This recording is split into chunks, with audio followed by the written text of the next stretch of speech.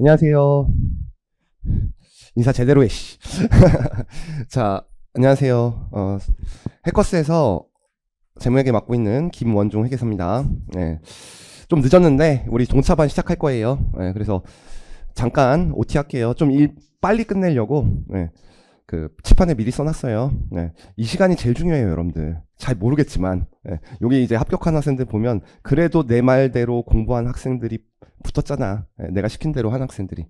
그래서 과목 소개 잠깐 드리면 공인회계사 동차반이고요. 재무회계 할 거고요.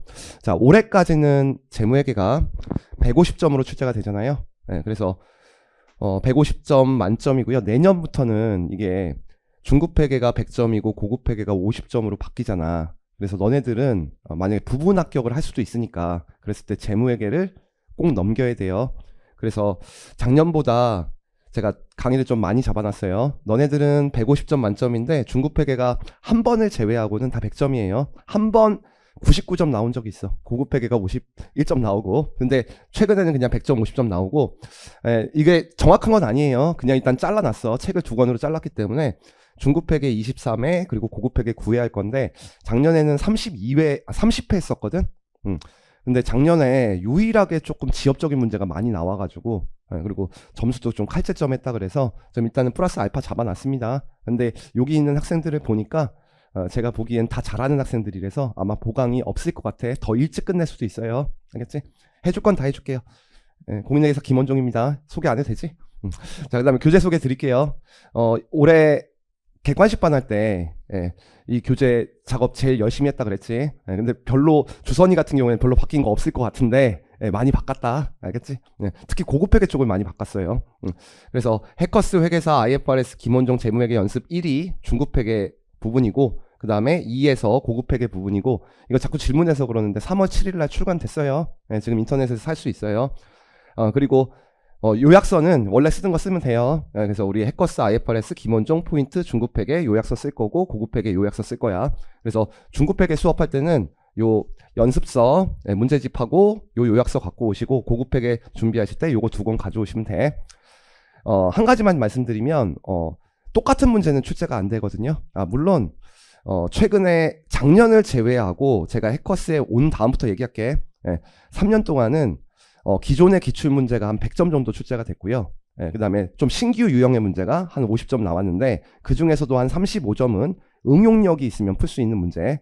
그런 다음에 15점은 항상 듣도 보도 못한 문제가 나옵니다. 어느 연습서에도 없던 문제. 근데 그 3년 동안 가르칠 때도 그 없었던 연습 문제 중에서 뭐 15점에 5점, 5점, 5점이었다면 제가 지엽적인 거 찍어서 가르친 게 한두 개는 나왔어. 아예 다 커버하지는 못했지만 그래서 제 강의 들은 애들이 거의 부분 합격을 했어요. 근데 작년에 이상한 감사원에 무슨 감사가 있었다 그래가지고 작년에 좀 칼제점 한 거 알죠? 그래서 작년에는 부분 합격생으로 1100명을 못 뽑은 거 알아요? 그래서 그냥 원래 60점 과라가 없고 60점 이상 되는 사람, 60점 이하 되는 사람에서 한 180명 더 뽑은 거 알지? 그래서 지금 재무회계가 작년에 사상 최대로 어렵거든.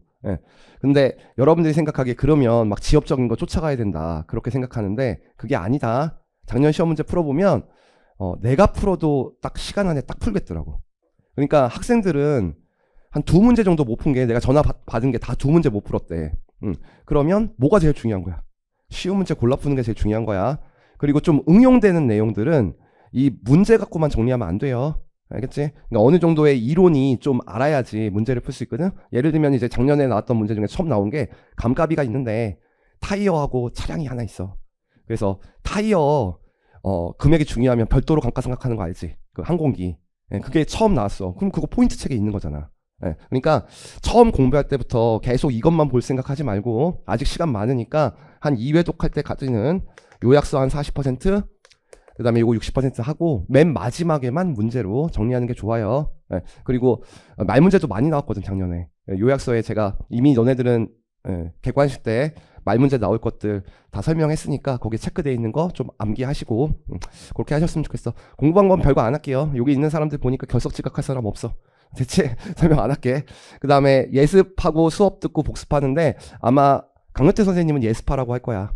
근데 우리 재무회계는 일단 중급회계 부분 중에서 법인세 비용 전까지는요 그냥 객관식 문제를 조금 크게 만든 것 뿐이니까 별로 크게 새롭게 배우는 거 몇 개 없어요. 물론 있긴 있는데 예, 그렇게 크지 않아요. 그래서 예습보다는 수업을 듣고 그날 복습하는 걸로 예, 하시면 되고, 실력 있는 학생들은 한 1시간이면 복습을 할 거고, 그 다음에 요약서 조금 읽으려 그러면 한 1시간 반에서 2시간 정도 걸린다고 하더라고. 그리고 남은 시간들은 여기 있는 사람들이 대부분 다 4과목, 5과목 가져가니까 다른 과목도 공부하시고, 그 다음에 이제 저 빨리 푸는 방법, 계산기로만 치는 방법도 좀 몇 개 가르쳐 주잖아요. 네, 금융자산도 요즘에는 계산기 푸는 방법도 좀 알려주죠. 그래서 계산기 좀 가져오시고, 그 다음에 공부하실 때 이제 문제 풀고, 예, 그냥 웬만하면 2차 답안제 다 푸세요.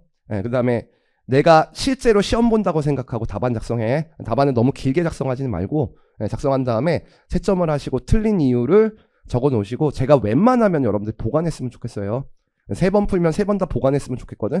왜냐면 첫 번째 문제를 풀고 두 번째 문제를 풀 때 만약에 틀린 이유가 있잖아. 그럼 첫 번째 틀린 이유랑 똑같이 되거든. 예, 니네가 지엽적인 거 시험장에서 풀려고 해서 성적을 90점 넘는 게 아니라고. 그리고 그 지엽적인 걸 풀려면 시간이 많이 걸리는 문제이기 때문에 쉬운 문제를 시간 안에 빨리 푸는 실력이 돼야지 지엽적인 문제를 갈 수 있는 거야. 예, 근데 이제 3차생, 5차생, 6차생이 되면 애들이 쉬운 문제는 눈으로 풀려고 그러고, 그 다음에 지엽적인 것만 따라간단 말이야. 그래서 시험장에서 쉬운 문제 틀려가지고 작년 같은 경우에 3차생, 5차생도 거의 제무역에 떨어졌다. 근데 골라 풀었으면 90점이 나올 수 있는 시험이었어요. 예, 잘 골라 풀면.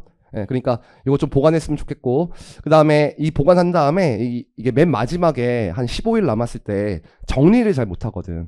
그러면 그 보관한 것 중에서 가장 최선의 방법으로, 가장 빨리 푸는 방법으로 푼 방법 있잖아. 그 방법을 보관해 두고 맨 마지막에는 다 손으로 풀 수는 없단 말이야. 그래서 문제를 읽고 이 문제는 이런 형식으로 풀겠다. 그냥 눈으로만 봐도 이걸 다 보관하고 있으면 1회독 할 수 있어요. 알겠죠? 그래서 1개 정도는 보관해라. 그 다음에 옛날에는 이제 답안 작성 요령을 제가 설명했어요. 왜냐면 옛날에는 한 7, 800명 뽑을 때가 있었거든. 한 15년, 16년, 17년 이렇게 적게 뽑을 때. 그러면 채점 인원이 2,100명이기 때문에, 그리고 그때는 이제 부분 합격을 어느 정도 시켜야 되기 때문에 점수를 좀 올려주고 그런 게 있었는데, 요즘은 거의 칼채점 한다고 하더라고. 예, 그 다음에 약간의 부분 점수가 있을 수는 있는데, 예, 근데 요즘에는 그냥 거의 객관식 문제처럼 나와요. 예, 그래서 예, 우리 시험 문제는 12문제에서 13문제 나와요. 중급 회계가 8문제 나오고요. 고급 회계가 4문제 아니면 5문제가 나와요. 예, 그런 다음에 물음이 3개에서 4개 정도가 있어요. 근데 그 물음 하나에 또 요구사항이 2개 정도 있어가지고 객관식 문제 한 80문제 푸는 거랑 비슷하거든. 예, 그러면 이렇게 답안 작성 요령이 나오면 물음을 쓰고 이렇게 유형자산과 당기손익에 미친 영향 물어봤다. 그럼 답을 먼저 쓰세요. 왜냐면 채점할 때 누락될 수 있으니까.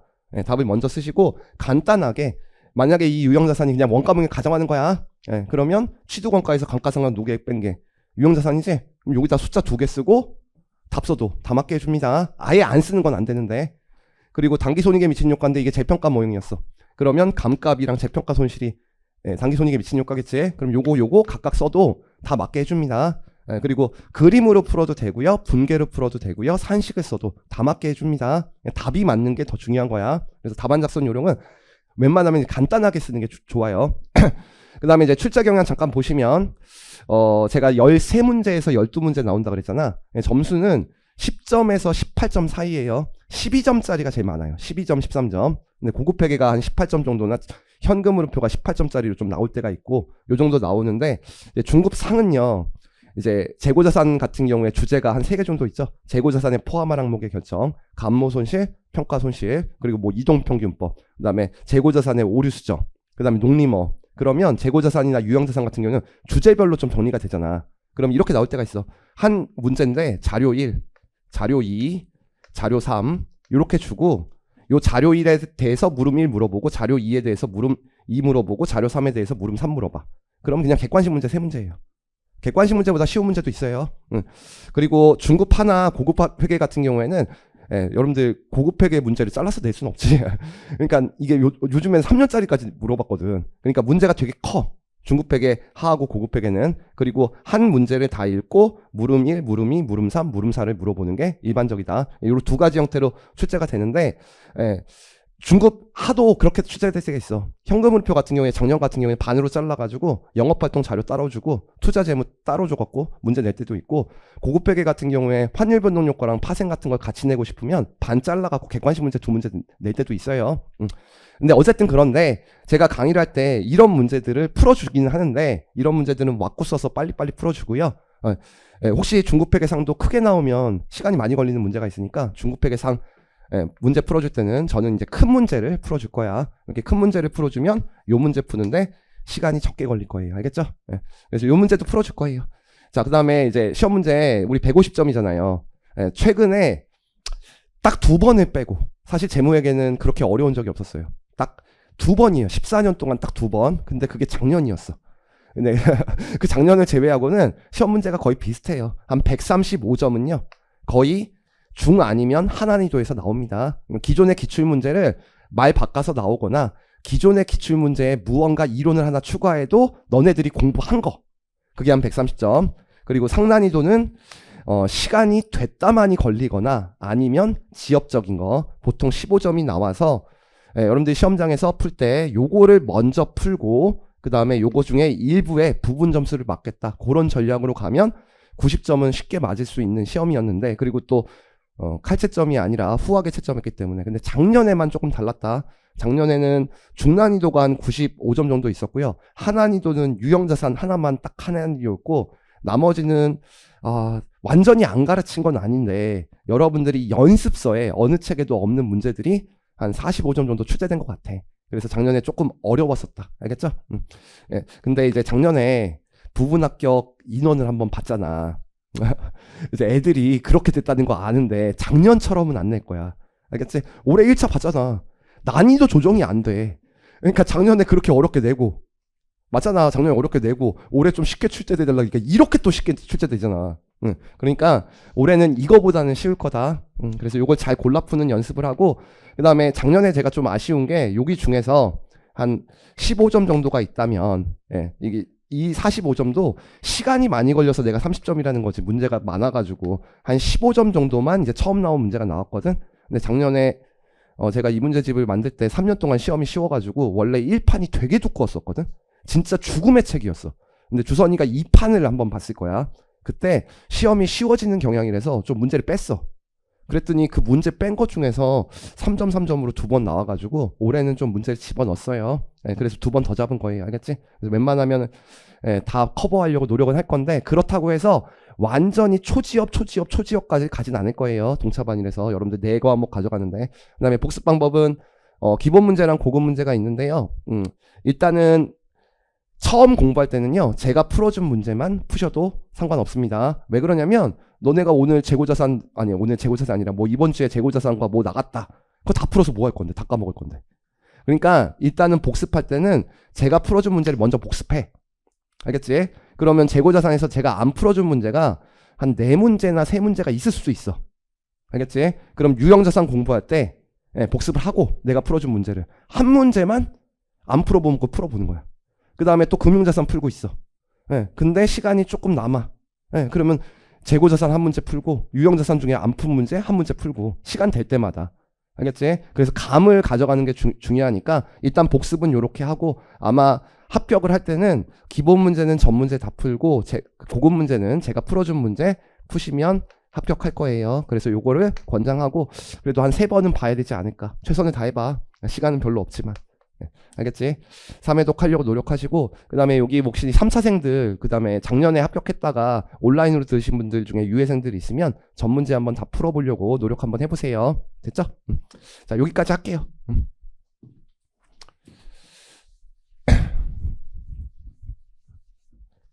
1차 합격하면 다 끝날 것 같았는데 여기 이제 내가 여기 있는 애들 다 공부기간 다 알거든? 고생했다. 짧은 애도 있고 긴 애도 있는데, 이게 내가 작년까지는 2배수를 뽑았잖아. 옛날에 2배수를 뽑았잖아. 그러니까 1100명을 뽑으면 2200명을 1차에 합격시켰잖아. 그럼 유예생이 1100명이 빠지면 3300명 중에서 1100명이 붙는 거니까 3대 1이었단 말이야. 근데 2번의 기회가 있으니까 내가 3명을 가르치면 회계사가 2명이 합격해야 되는 거야. 예, 원래 이론적으로 하면. 맞잖아, 여기. 근데 이제 올해는 작년에 2,600명으로 조금 많이 뽑아놨지. 근데 그 중에서 동차생이 200명이 안 돼. 예?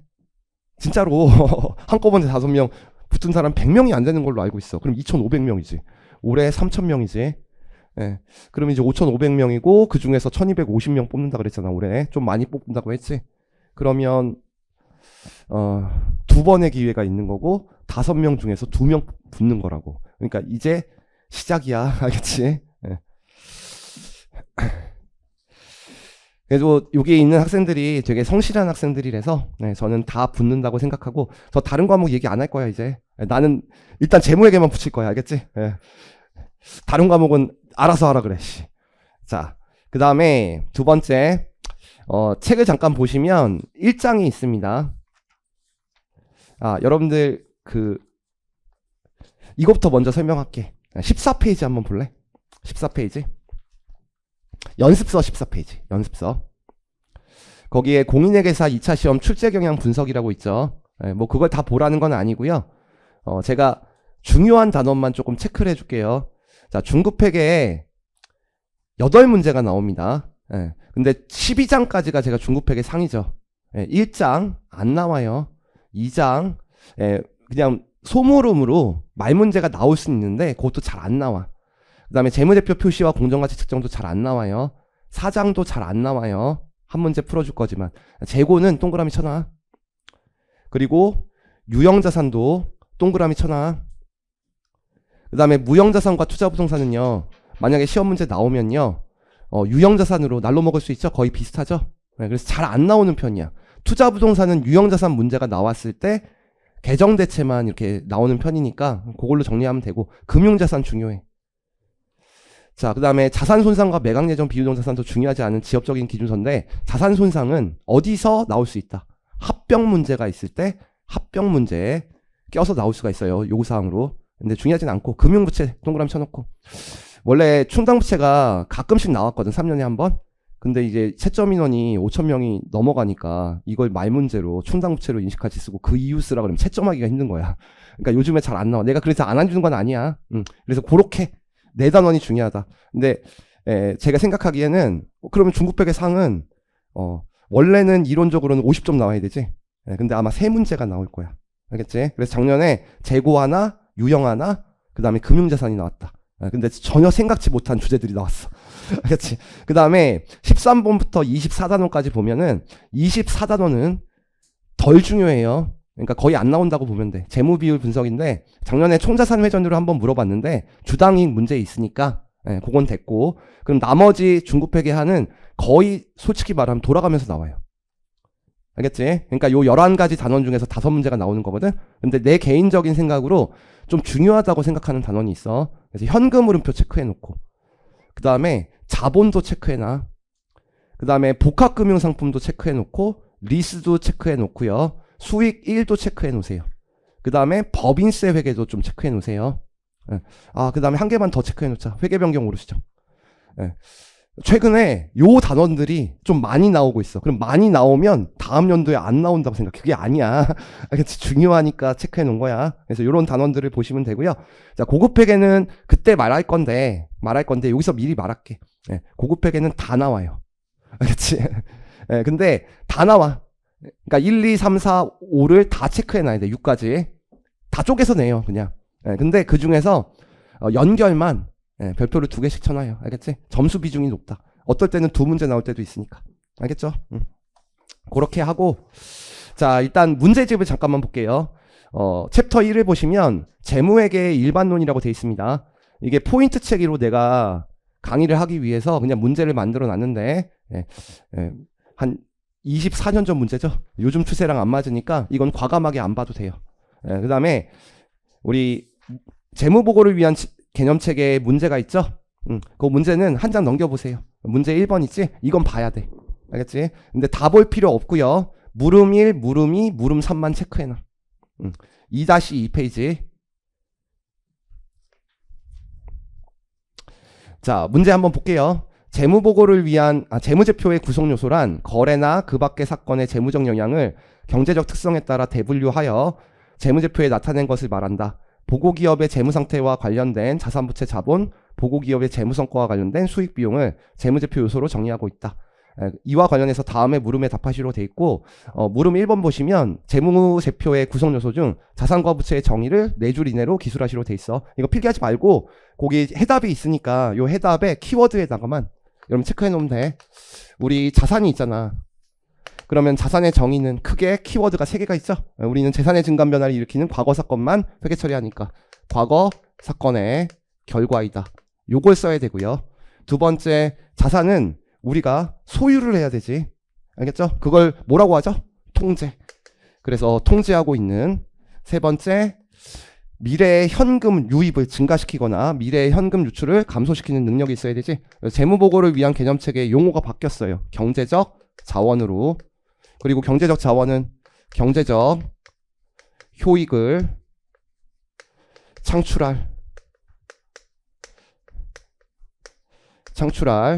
잠재력을 지닌 권리라고 했고, 이거 회계 원리 때부터 내가 외우라 그러니까 여러분들 이거를 암기하셔야 돼. 이걸 암기하는 이유는 그냥 자산의 정의를 써라. 그리고 2차 시험에 안 나와요. 예.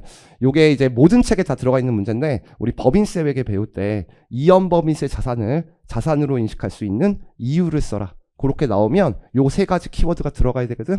예. 그래서 말을 잘 만들어야 돼. 그래서 1월 1일부터 12월 31일까지 사업연도에서 발생한 과거 사건의 결과이다. 그리고 이거는 법에서 미래의 세금을 줄여주는 거기 때문에 기업이 통제하고 있다. 그리고 미래의 세금을 줄여주기 때문에 경제적 자원이 되니까 이건 이연법인세 자산은 자산으로 인식해야 된다. 그래서 요 키워드 3개가 들어가야 되니까 요거는 암기해 두시고, 그 다음에 두 번째, 부채가 더 중요해요. 부채의 정의. 바로 쓸 거예요. 그래서 과거 사건의 결과라는 거 들어가고. 자, 두 번째, 요거의 반대말 들어가야지. 현금 유출이 증가되는 능력. 그래서 경제적 자원의 이전이라고 돼 있죠. 그래서 요거의 반대말, 미래의 현금 유출을 증가시키거나 현금 유입을 감소시키는 거. 그 다음에 부채하면 잊지 말아야 될 단어, 현재 의무죠. 자, 회계학은 법적인 의무보다는 더 큰 의무를 쓴다 그랬지. 예, 그래서 법적인 의무뿐만이 아니라 이건 안 써도 돼. 예, 근데 이제 나중에 충당부채 가르칠 때 기업 관행상의 의무인 의제 의무까지 포함하는 개념이다. 이건 그냥 써준 거야. 그래서 이것도 마찬가지야.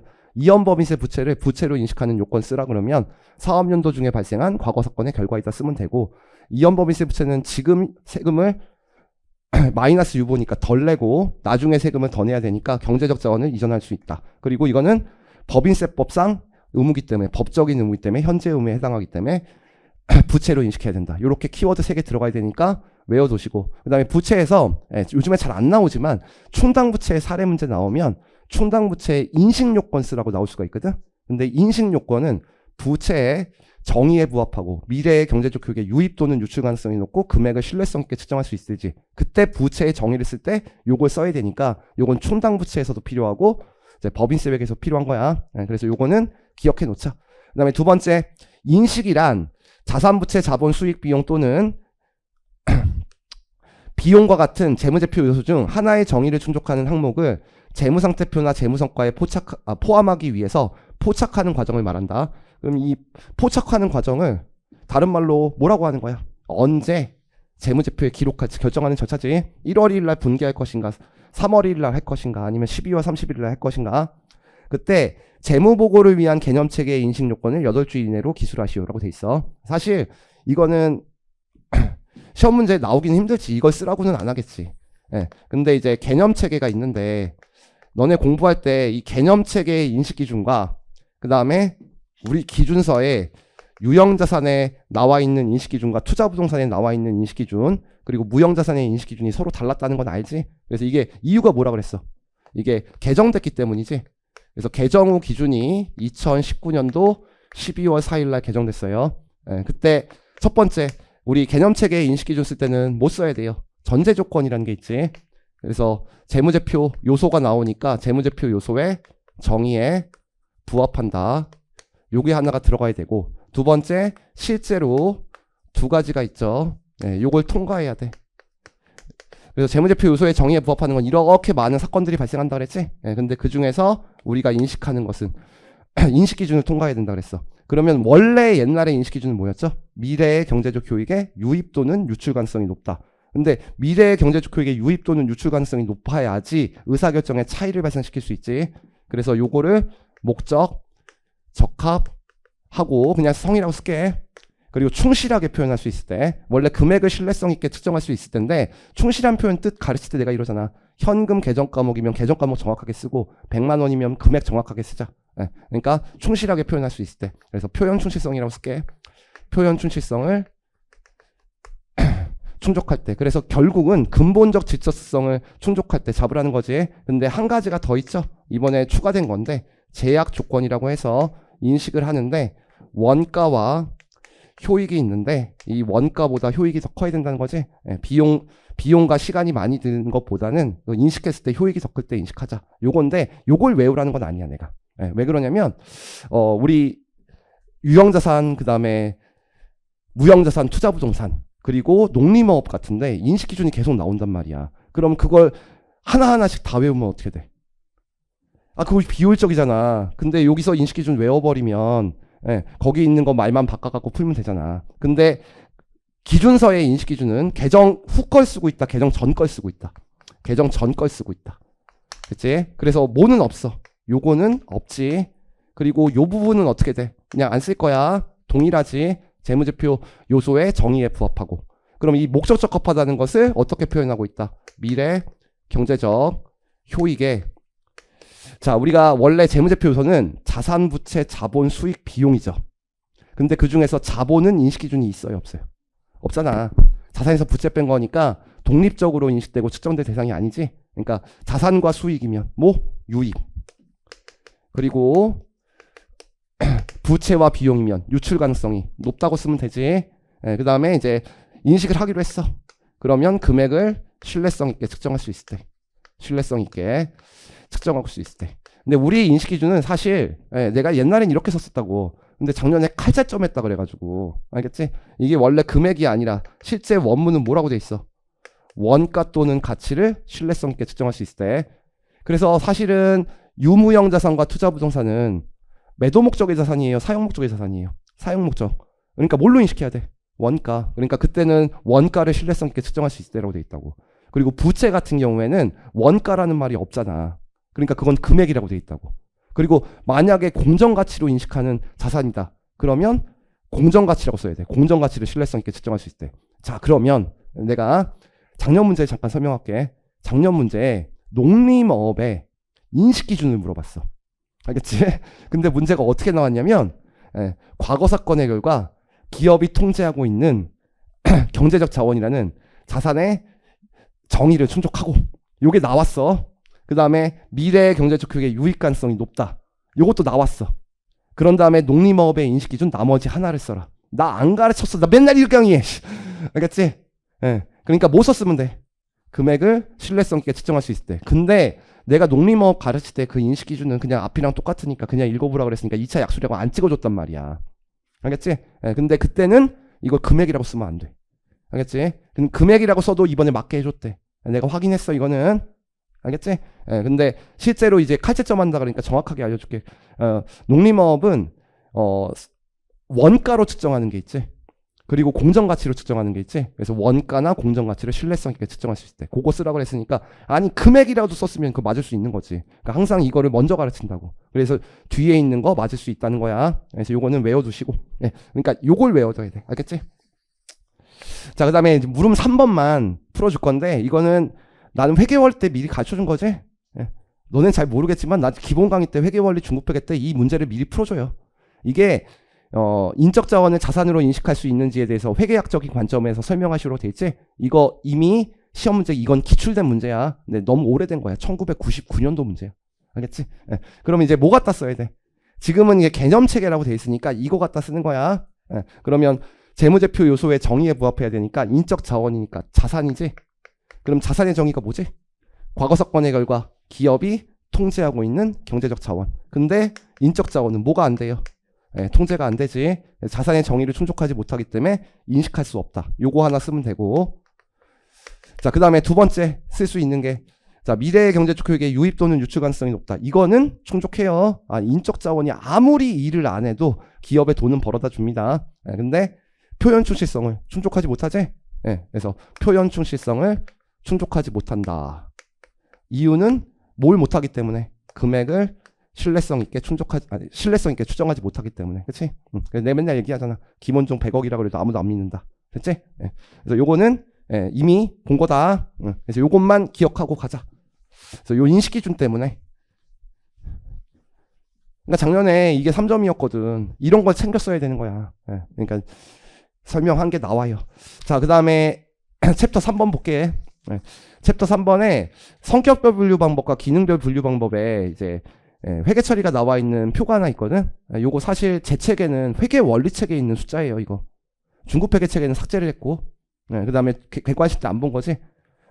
이게 문제로 만들어 놓은 사람은 저밖에 없었어요. 근데 이제 다른 책에 조금 있는 책들이 있어.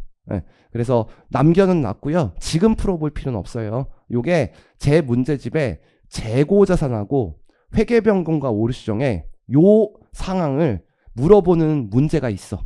근데 그 문제를 풀기 전에 그냥 이거 설명할게. 알겠지? 이 문제를 풀어볼 필요는 없을 것 같아. 자, 그 다음에 기본 문제 2번은 그냥 이번에 추가했는데, 그냥 나중에 유예할 때는 읽어봐. 알겠지? 동차할 때는 안 읽어봐도 돼. 자, 진도 빨리 나갔지? 자, 그 다음에 사장 잠깐 볼게. 자, 여러분들 원래 제가 강의할 때 그 객관식 강의나 2차 강의를 할 때 강의 어떻게 합니까? 각 단원별로 출제 범위 써주죠? 근데 작년에 런타임을 한번 봤어. 출제 범위 써주는 시간. 그랬더니 그게 3시간이야. 그래서 한 문제라도 더 풀어주려고 이번 책에는 자, 봐봐. 여기 출제 범위가 써있지? 그러니까 그거 그냥 볼 거야. 원래 현금 및 현금전 자산과 현재가치 평가 중에서 현금 및 현금전 자산으로 공시될 금액과 은행 계정 조정표를 회계사 1차 시험에도 한 번도 안 나왔지. 세무사 1차 시험에만 나왔고. 그러니까 요거는 그냥 스킵이야. 그 다음에 현재가치 평가만 가져가시면 돼요. 사실 현재가치 평가도 회계사 시험에는 한 번도 안 나왔어요. 세무사 시험에는 나왔는데 2차 때. 근데 이 내용을 알아야지 뒤에 걸 풀 수 있기 때문에 요거 한 문제만 풀어볼 거야. 그래서 2번만 풀어볼 거다. 근데 2번을 그냥 풀어주진 않을 거예요. 여러분들 어느 정도는 이론 요약해줍니다. 그래서 이번엔 포인트 책 4-4페이지 잠깐만 필게.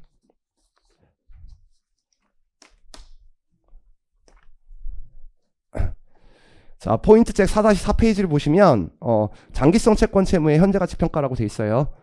저 잠깐만 볼래? 우리 장기성 채권과 채무는 뭐 말하는 거야? 매출 채권, 매입 채무, 대여금, 차입금, 미수금, 미지급금. 근데 대여금과 차입금은 일반적으로 액면이자율과 시장이자율이 거의 비슷하게 거래가 일어나. 은행에서 빌려줄 때. 그러니까 이건 액면 발행이 되니까 시험 문제 잘 안 나오지. 그리고 매출 채권이 만약에 장기일 때 현재가치 평가하는 것을 매출 채권으로 보면 장기성 채권 채무의 현재가치 평가야. 근데 매출로 보면 뭐가 되지? 장기 할부 판매. 그러니까 어차피 거기서 시험 문제 나오겠지. 그리고 매입 채무도 기간이 장기일 때 현재가치 땡기지? 근데 그것도 재고자산 문제 한 문제가 있어. 알겠지? 그러니까 여기서는 토지나 유형자산을 구입하거나 처분할 때 장기일 때 미수금과 미지급금의 회계 처리를 주로 배울 거야. 알겠지? 그래서 수취채권과 지급채무가 장기일 때 현재가치 평가한다. 그냥 심심할 때 읽어봐. 그리고 현재가치 평가할 때 적용할 이자율은 못 쓴다. 둘 중에 명확한 금액 읽어봐. 그 다음에 현재가치 평가 시 회계 처리할 때 유효자율법 삼각표 그런 거 있지? 그리고 원래 내가 2차 강의 때도 여기 있는 사례를 풀어줘요. 근데 이 사례가 사실 우리 중급회계 기본서에 있지. 그리고 객관식 때도 해줬지. 그래서 이번엔 안 할 거야. 알겠지? 너네 다 잘한다고 생각하기 때문에. 근데 이건 체크해 줄 거야. 이제 이 문제가 나왔을 때, 요구사항이 나왔을 때 이런 게 나올 수 있단 말이야. 만기까지 인식할 이자 수익과 이자 비용을 물어봤어. 물어볼 수 있겠지. 그럼 저는 어떻게 푼다 그랬어? 미래에 받을 금액. 원래는 미래의 총 수취 금액과 미래의 총 지급액이라고 써있다. 근데 나는 그냥 강의하게 시키기 위해서 명목 금액이라고 이렇게 써놓으면 되지. 그리고 그것과 뭐의 차이? 내가 투자한 차이, 현재가치 차이다. 그래서 그거는 외워놓으라고. 알겠지? 그 다음에 한 장 넘겨볼게. 이거는 그냥 심심할 때 보시고. 그 다음에 유효이자율법 삼각표가 돼 있어서 9페이지에 나와 있어. 9페이지에. 자, 이제 우리한테 시험 문제 나오는 거는 단기손익에 미친 효과 아니면 그 다음에 재무상태표에 금액이 나올 거 아니야. 그래서 만약에 여러분들이 지금 이 단원에서 배우는 매출채권 대여금, 그 다음에 미수금이 있어. 태우가. 이거는 금융자산이니 유형자산이니? 그래, 금융자산. 그럼 금융자산의 분류 중에 어디로 가야 돼? 상각후원가치점 금융자산이지. 왜 계약성용금 수취 목적이니까 뭐 매출채권을 샀다 팔았다 할 거야? 아, 그런 자산으로 분류될 수 있어. 어떻게 되면 니네 회사 망해서 정크본드가 되면 시장에서 떠돌아다녀. 그거 아니면 다 삼각자산이라고. 그러니까 너네한테 시험 문제 물어보는 거는 XX 연도 말에 어떤 금융자산에 장부 금액을 물어볼 거라고. 알겠지? 근데 너네 다 아니까 이거 어떻게 풀 거라고? 이제 앞에서 가까우면 기초 장부 금액 곱하기 1 플러스 유효이자로 풀 거야. 알겠지? 거기다가 못 빼주면 돼. 액면이자. 상가표를 가끔 쓰기도 해요. 상가표를 쓰는 거는 어떨 때 쓰냐면 이게 40%만 상환한다. 뭐 사채가 나온다. 그러면 이거 그림 그리면 더 지저분해져. 그래서 그때는 상가표 쓰기도 해. 그리고 만약에 요게 뒤에서 가깝다. 그러면 남은 캐시플로우에 현재 가치를 구할 수 있다는 건 알지? 그러니까 요거 두 개만 체크가 이미 돼 있지 너네들은? 그래서 넘어갈게. 그 다음에 너네한테 물어보는 게 또 하나가 XX 연도에 IS 물어보면 이자 수익이나 이자 비용 요거 물어보겠지? 그러면 어떻게 풀면 돼? 기초 장부금액에다가 뭐 곱하면 된다? 유효이자율 곱하면 된다. 그리고 이 기초 장부금액은 요거나 요거 둘 중에 하나로 풀면 되는 거지? 올해 리스 문제가 리스 부채 물어보는 거 그거 막 앞에서 막 붕괴하고 풀었니? 그냥 2년치 땡기면 되는데 알겠지? 단수 차이 한 22원 나는데 그때 요게 쓸모가 있다고. 됐지? 그 다음에 아예 이 문제를 안 풀어줄 거긴 한데 구조는 조금 설명을 해줄게. 자, 요거는 기억나니? 우리가 어떤 토지나 건물 같은 걸 팔아요. 그러면 판매자 입장에서는 뭐 잡는 거야? 미수금 잡는 거지. 그리고 구매자 입장에서는 미지급금을 잡는 거란 말이야. 그게 장기일 때 금액 시기 할인율을 알고 있는 자산과 부채는 현재 가치로 평가한다. 그게 요 단원이잖아. 그러면 여러분한테 주어지는 무언가 숫자가 있을 거야. 그래서 첫 번째 숫자가 뭐가 나오냐면 미래에 받을 명목 금액이 나와요. 이 명목 금액은 뭘 말하는 거야? 원금과 이자 합친 거. 그 다음에 토지를 팔았으니까 토지에 뭐가 나온다? 장부 금액이 나오지. 그래서 장부 금액이 나올 거야. 됐지? 그럼 질문. 자, 이 명목 금액과 장부 금액의 차이를 판매자 입장에서 유형자산 처분 손익으로 잡으면 된다, 안 된다? 안 된다는 거지. 지금 당장 팔았을 때의 금액으로 측정해야 된다고. 그래서 지금 당장 팔았을 때의 금액을 우리가 뭐라 그러는 거야? 현재 가치. 됐지? 그래서 그 현재 가치 땡기면 되는 거고. 자, 질문 한번 해볼게. 장기 할부 판매일 때 이 현재 가치를 우리 수익 기준서에서는 6글자로 얘기하고 있어. 뭐라고 하지? 아, 됐어. 그건 유형자산이고. 현금 판매 가격. 우리 장기 할부 판매는 현금 판매 가격으로 인식한다. 그게 그 시점에 현재 가치, 공정 가치를 말하는 거야. 그래서 요거 두 개의 차이를 이게 만약에 유형자산이라 그러면 뭐 잡으면 되는 거야? 유형자산 처분 손익으로 잡으시면 되지. 그런 다음에 이거는 연도마다 물어본단 말이야. 그러면 이 명목 금액과 현재 가치의 차이를 제가 아까 뭐라 그랬어? 3년 동안 인식할 총 이자 수익. 그러니까 지금 3년이란 말 안 했으니까 제가 만기까지 인식할 이자 수익으로 인식하시면 돼요. 됐지? 내가 지금 뭐 말하는 거냐면 판매자 입장에서 만약에 너네 시험 문제 나왔어. 그럼 시험 문제가 이렇게 물어볼 거라고. 연도를 물어보니까 X1년도와 X2년도와 X3년도에 손익계산서에 당기 손익의 미친 효과 물어볼 거란 말이야. 그럼 상가표 그리든가 아니면 그 공식 써가지고 그림 그리든가. 그래서 첫 연도에 이자 수익, 두 번째 연도에 이자 수익, 세 번째 연도에 이자 수익 쓰면 되지. 근데 중요한 거는 요렇게 문제를 풀면 X2년과 X3년은 맞는데 뭐가 틀리게 된다? X1년이 틀리게 된다. 이게 유형자산 판권 한 시점에 이행하는 수행의무니까 여기에 유형자산 처분 손익을 꼭 고려하셔야 돼요. 알겠지? 그러니까 X1년 물어볼 때 요거 두 개 답 쓰고 X2년은 요거 쓰면 되는 거야. 요거는 상가표로 이제 구하면 되는 거고. 알겠지? 요거 실수하지 말고. 그 다음에 내가 지금 이 단원에는 문제를 두 개 만들어놨는데 한 개는 상품 판 거야. 그러니까 이게 상품을 만약에 팔았다 그러면 요 회계 처리를 할 때 유형자산은 중요하지 않기 때문에 수익과 비용을 순액으로 표시해서 처분 손익으로 표시하지. 이거 회계월 때 내 3장에 있다. 그리고 상품을 팔았으면 상품은 중요하기 때문에 매출액과 매출 원가를 구분해서 표시해야지. 그러니까 숫자가 똑같다면 이 현재 가치를 우리가 뭘로 잡는 거야? 매출액으로. 그리고 이 장부 금액을 재고자산의 장부 금액을 매출 원가라고 잡지. 그러니까 숫자가 똑같으면 이거랑 이거 더해서 이자 수익 더하는 거니까 답이 똑같지. 예. 미래의 현금이 똑같다면. 그래서 요거 매출 총이익으로 나오니까 만약에 장기 할부 판매 문제가 나오면 여기다가 요것만 뭘로 바꿔주면 되는 거야? 매출 총이익으로 바꿔주면 된다. 그 다음에 이제 구매자 입장에서는 얘가 장부 금액이 얼마인지 모르지. 예, 그러니까 얘는 뭐만 인식하면 돼? 만기까지 인식할 이자 비용만 인식하시면 돼요. 그러면 얘한테 물어볼 때는 이렇게 물어보겠지. X1년과 X2년과 X3년도에 당기 손익에 미친 효과. 그럼 얘는 뭐만 쓰시면 돼? 상하표 써서 이자 비용, 이자 비용, 이자 비용 이렇게 쓰시면 돼. 그러면 이렇게 풀면 X1년과 X2년과 X3년 맞는다 틀린다. 내 사례에 있는 문제와 기본서에 있는 문제는 맞아요. 근데 왜 그러냐면 내가 기본서에 사례로 만들어 놓은 건 뭐야? 처음에 초심자니까. 감가상각 안 배운 상태야. 토지. 근데 너네 시험에 2차 시험에 이걸 토지로 내겠냐? 그러니까 이게 if 뭘로 낸다? 상각자산으로 낸다고. 알겠지? 그럼 상각자산으로 내면 이자 비용만 발생해요? 아니면 감가상각비도 발생해? 감가상각비도. 그래서 감가상각비 방법에 따라서 요 감가비도 요 상각자산 문제 풀 때는 고려해야 된다. 요거 잊지 말아야 돼. 내가 이 단원을 원래 이 사장을 안 풀어줘요. 다른 책들은. 그리고 뒤에 있는 문제에서 풀어주는데 요거를 한 번이라도 풀어보고 가라는 이유가 뭐냐면 학생들이 리스가 약해요. 알겠지? 리스 왜 약한 거야? 이 회계 처리 못하기 때문에. 알겠지? 리스의 실질은 뭐야? 차입해서 물건 산 거. 다른 말로 장기 할부 구입한 거. 그러면 이 회계 처리랑 리스 회계 처리는 똑같은 거야. 무슨 회계 처리랑? 리스 중에서. 제발 앞에다가 두 가운데 붙어. 그치? 금융 리스. 됐지? 그러니까 이거 분개할 때 구매자 입장에서 원래 이렇게 분개하잖아. 지금 제 시험 그 기본서 문제는 토지. 그리고 반대편에 뭐 잡아? 미지급금. 알겠지? 근데 이 리스의 회계 처리가 요 토지만 뭘로 바꿔주면 되는 거야? 네, 사용권 자산. 그리고 요 미지급금만 리스 부채로 바꾸지. 그리고 단기 손익에 미친 효과 요렇게 나오고 요거 구하는 것도 똑같지? 예. 그러니까 요거 때문에 그런 거고. 그다음에 이제 판매자 입장에서 요거 회계 처리하면 얘는 판매를 했으니까 여기 미수금을 잡지. 그리고 여기에 유형자산 토지라는 거 잡을 거야.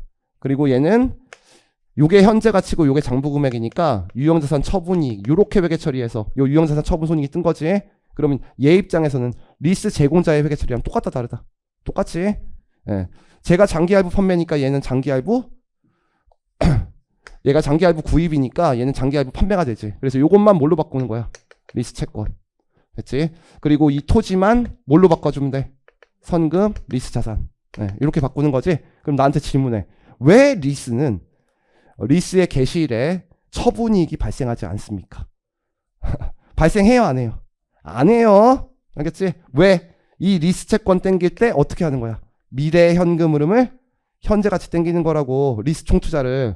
그래서 이거를 리스 총투자로 땡기지. 그리고 이 성금 리스 자산은 이 리스 순투자를 현재 같이 땡긴 걸 뭐라 그래? 리스 순투자. 예, 그러니까 그거는 기초자산에 공정가치에다가 뭐 더한 거야?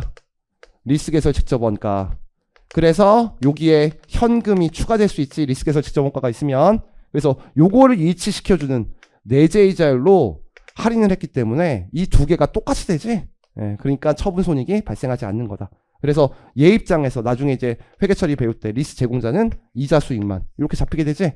그러면 이 현금으로 똑같다면 논리가 똑같으니까 요 리스 때문에 잠깐 설명해 줬다. 자, 요 정도면 넘어갈게. 옛날에는 이 문제도 풀어주고 그랬는데 너네 이제 안 무시할게. 알겠죠? 자, 진짜 빨리 나가지. 예. 자, 드디어 우리는 재고자산을 나간다. 됐죠? 그래서 1, 2, 3, 4 끝. 예. 자, 이 재고자산은 일단은 출제 범위를 적어놨어요. 자, 출제 범위 적어놨으니까 뭐가 중요한지 알겠죠? 예. 출제 범위 기말 재고자산에 포함할 항목은 중요합니다. 14년 동안 2번 나왔어요. 근데 이게 이렇게는 안 나와요. 한 문제를 주고 이것만 있는 12점짜리는 안 나와. 요 문제가 나오면 이렇게 쪼개놓은 거야. 알겠지? 그 중에 하나 한 6점 정도로 나오는 거야. 그래도 중요해. 그 다음에 이제 원가 배분은 덜 중요해요. 여러분들한테 뭐 이동평균법을 물어보진 않아요. 근데 이런 문제는 나올 수 있어. 올해 너네 출제된 거랑 비슷하다. 이동평균법으로 푼 다음에 장부 금액과 장부 수량을 구한 다음에 평가 손실과 감모 손실까지 물어보는 문제는 나올 수 있어. 그러니까 이동평균법과 총평균법은 계산할 수 있어야 돼. 근데 그걸 내가 설명할 필요는 없겠지. 그러니까 이건 문제로 정리할게. 예. 그러니까 1번 중요하고 2번은 그냥 그렇게 놔두고 감모 손실과 평가 손실이 되게 중요해. 요거는 나오는 방법이 두 가지야. 하나는 이따만큼 낼 수 있어. 이거는 물음을 많이 만들 수 있거든. 예, 이렇게 나올 때도 있고 아니면 요거 나온 다음에 여기 껴서 나올 수도 있고. 예, 최근에 항상 껴 있어. 그러니까 제일 중요하고요. 그 다음에 매출총 이익률법은 회계사 시험엔 잘 안 나와. 세무사 시험엔 잘 나오는데 회계사 시험엔 딱 한 번 나왔어. 그것도 한 4점으로. 그 대신에 소매제거법은 회계사 시험 기준으로는 3번 나왔다. 그러니까 이건 가져가야 돼. 동그라미 쳐놔. 그 다음에 재고자산에 또 이제 물음을 만들 때 이것만 만드는 게 아니라 2차는 여러 가지 단원들과 연관해서 낼 수 있지. 재고자산은 다양한 회계 처리 방법 인정하니까 우리 개별법에서 선입선출법으로 바꾸는 거, 선입선출법에서 가중평균법으로 바꾸는 거 인정하지? 그래서 회계정책 변경과 관련해서 객관식 문제처럼 하나 여기다가 3점으로 만들 수 있어. 오류 수정도 나올 수 있어. 과대 과소. 알겠지? 그래서 이것도 지금 제가 문제 하나 만들어 놨거든? 그때 풀어줄 때는 그냥 풀어줄 거야. 그리고 22장에서 그때 이론 설명하기로 하고 그 다음에 이제 농림어업이에요. 이게 농림어업이 계륵 같은 단원이거든? 14년 동안 한 번도 안 나왔어. 한 번도. 그러니까 작년에 내가 강의할 때 나 강의했다. 이렇게 얘기했다고. 니네가 알아서 봐라. 알겠지? 강의는 했어. 근데 작년에 나왔어. 근데 작년에 나왔는데 그게 12점인가 13점짜리 문제인데 7점 이상 맞기가 힘들었을 거야. 왜냐면 여러 가지 처음 보는 게 막 생산용 식물을 내고 그래서 풀어는 줄 거야. 근데 내 개인적인 생각인데 올해는 좀 가능성이 낮다. 14년 동안 한 번 나오는데 2년 연속 내면 그 미친. 알겠지? 그리고 그 문제에 모든 지엽적인 게 다 들어가 있기 때문에 이제 그렇게 출제되고 나서 다음 연도가 되면 그건 난이도 하의 문제가 돼요. 알겠죠? 그러니까 올해는 요거 3개를 보고 가면 돼요. 됐지? 자, 그런 다음에 이제 이 재고자산만 제가 잠깐 얘기할게. 내가 원래 강의를 책 순서대로 하거든. 근데 이 단원만 조금 왔다 갔다 하면서 문제 풀어줄게. 왜냐면 재고자산의 포함한 항목의 결정을 설명을 했어. 그런 다음에 한 문제를 풀어주거든. 근데 어떤 문제 안에 거기에 이렇게 3개 중에 요게 하나 들어가 있어. 그럼 요거 풀 때 한참 지난 다음에 풀어주면 니네 다 까먹어. 그러니까 재고자산의 포함한 항목의 문제가 2문제를 풀어줄 건데 설명하고 2문제 풀어주는 게 편해. 그리고 감모손실 설명한 다음에 감모손실과 관련된 문제 다 풀어주고. 알겠지? 그런 식으로 하는 게 편하다고. 그래서 재고자산의 포함한 항목의 결정을 설명드릴 거야. 그럼 언제부터 설명할 거냐? 이거는 자, 책을 봐야 돼. 포인트 책. 자, 일단은 5-2페이지 잠깐만 봐봐. 5-2페이지. 재고자산의 일반론이라고 돼 있지. 포인트 책. 이건 니네가 읽어봐. 정의. 이걸 쓰라고는 안 할 거야. 근데 5-3페이지에 재고자산의 취득 원가랑 기타 원가랑 발생 기간의 비용으로 인식하는 원가의 예 있지? 이거는 2차생이라도 한번 읽어봤으면 좋겠어. 알겠지? 오늘 자, 왜 읽어보라 그러는지 설명할게. 너네가 이제 재고자산 감모손실 평가손실 문제가 나오면 요렇게 T 계정으로 저는 모든 문제 푸잖아. 그럼 여기 기초재고가 있고 단기 매입 금액이 있을 거야. 요거 2개 더한 걸 판매 가능 상품이라고 하고 요거를 판매된 부분과 판매되지 않은 부분으로 나눠주고 혹시나 감모손실 평가손실이 있으면 여기서 또 고려해 주지. 판매 이외의 재고 감소가 있으면. 근데 어떤 문제가 한 문제 있는데 단기의 매입 금액이 100원이라고 돼 있거든. 근데 어떤 문제가 이렇게 나온 적이 있어. 이 매입 금액에 포함되어 있지 않은 관세가 20원만큼 있었다. 됐지? 그러면 요거를 100원이라고 쓰고 요걸 20원으로 써서 요거 120원으로 문제를 구하면 뒤에 있는 문제 다 틀려요. 맞잖아. 이거 원가 배분할 때. 그러면 거의 감모손실과 평가손실 문제는 12점이나 13점으로 나올 수 있으니까 뒤에 거 다 틀리는 거야. 알겠지? 그러니까 매입 원가, 전환 원가, 기타 원가 이거 들어가지? 관세? 그럼 요거 120원이라고 놓고 풀어야 되잖아. 근데 그걸 지금 해줄 수는 없다고 2차생인데. 그러니까 이건 알아서 할 수 있으니까. 요건 한번 보라고. 근데 거기에 후속 생산 단계에 투입하기 전에 보관이 필요한 경우에 이외에 보관 원가 있지? 그거는 좀 봐두고 이따 설명할 거야. 그거는. 자, 그 다음에 한 장 넘겨보시면 됐고. 그 다음에 5-5페이지 보시면 기말 재고자산에 포함할 항목이라고 돼 있어서 포인트가 하나 나와 있지? 예. 자, 우리 기본 강의할 때나 아니면 객관식 강의할 때는 내가 이거 필기해주지? 응? 이사 때는 안 해준다. 설명은 해줄 거야. 근데 필기는 안 하고 빠른 시간에 요약해줄 거야. 그래서 여기 펴놓고 쉬면 됩니다. 알겠지? 쉬었다 할게요.